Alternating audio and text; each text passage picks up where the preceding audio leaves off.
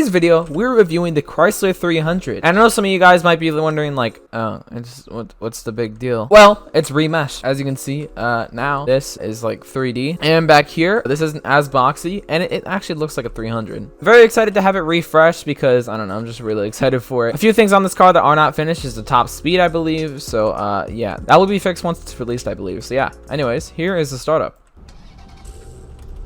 Woo! That ain't bad, actually. Okay, well, here's how it sounds. I don't think it sounds that bad. So yeah, so here are our DRLs, our headlights. Our running lights in the background, the headlights are on. These look insane.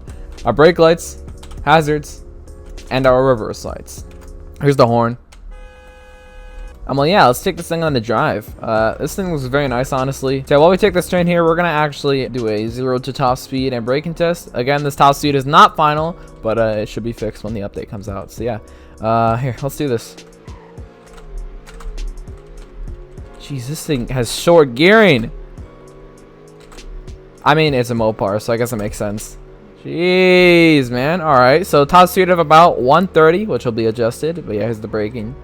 I probably should have braked right after that, but whatever. Yeah. Now, honestly, I could literally just take this review and call it a day and literally just not do anything. But we're going to go buy the other 300 that's in game and kind of compare it and give my opinions on the mesh, the sounds and stuff, and see which one is actually better and see if this refresh was really worth it. So, yeah, let's just go buy the current 300 that's already in game. Okay, let's see. Chrysler. I believe we should find it here. There we go.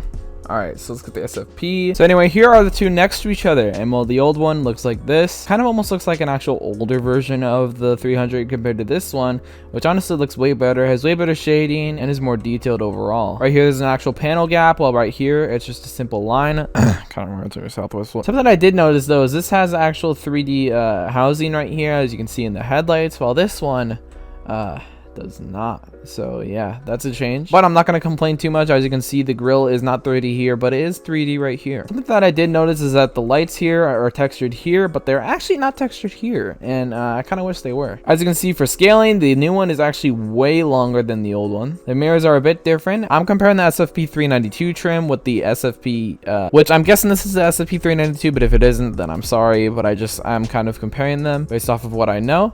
And as you can see, the rims are actually modified a little bit right there. They are less shiny and more cleaned up instead of this kind of rough shininess. Something that I definitely noticed is the rear end is way more boxy right here compared to over here, which is way less boxy. And it's actually properly roundy, while this one kind of looks like almost like some body kit. As you can see, the newer model is a little bit bigger and a little bit taller and just overall more finished looking. There's definitely more detail, as you can see, just by looking at it in general compared to this one, which, yeah, it's a little flat here, while over here, it's actually like detailed. But the door handles, this is how the old one looks. And this is how the new one looks. I actually see more detail here, so that's very good. The fenders have way more detail here than before. The fenders here before were not the best, but yeah. Something that's a little different is the exhaust. Now this is a little more round, while this is actually a little bit more wide and actually has detail inside the exhaust right there. Now we're done with visuals. Let's get into actual headlights. Let's get into our DRLs. So this is how the DRLs look here. The DRLs are way brighter here because there's less glass casing right there, and I kind of missed that, honestly. Here are our headlights right here, and they kind of look like this, with some things on the side. There are headlights here with actual neon like things on the side right there, which are very nice, and our running lights in the back. Our running lights in the back and here, they are neon, they just don't really glow that much. And we have our hazards here, which are actually down there in the reverse lights, and our reverse lights right there. Over here we have our hazards actually inside the taillights like that, and our reverse lights look like this. This is how the new one sounds. Well, this is how the old one sounds.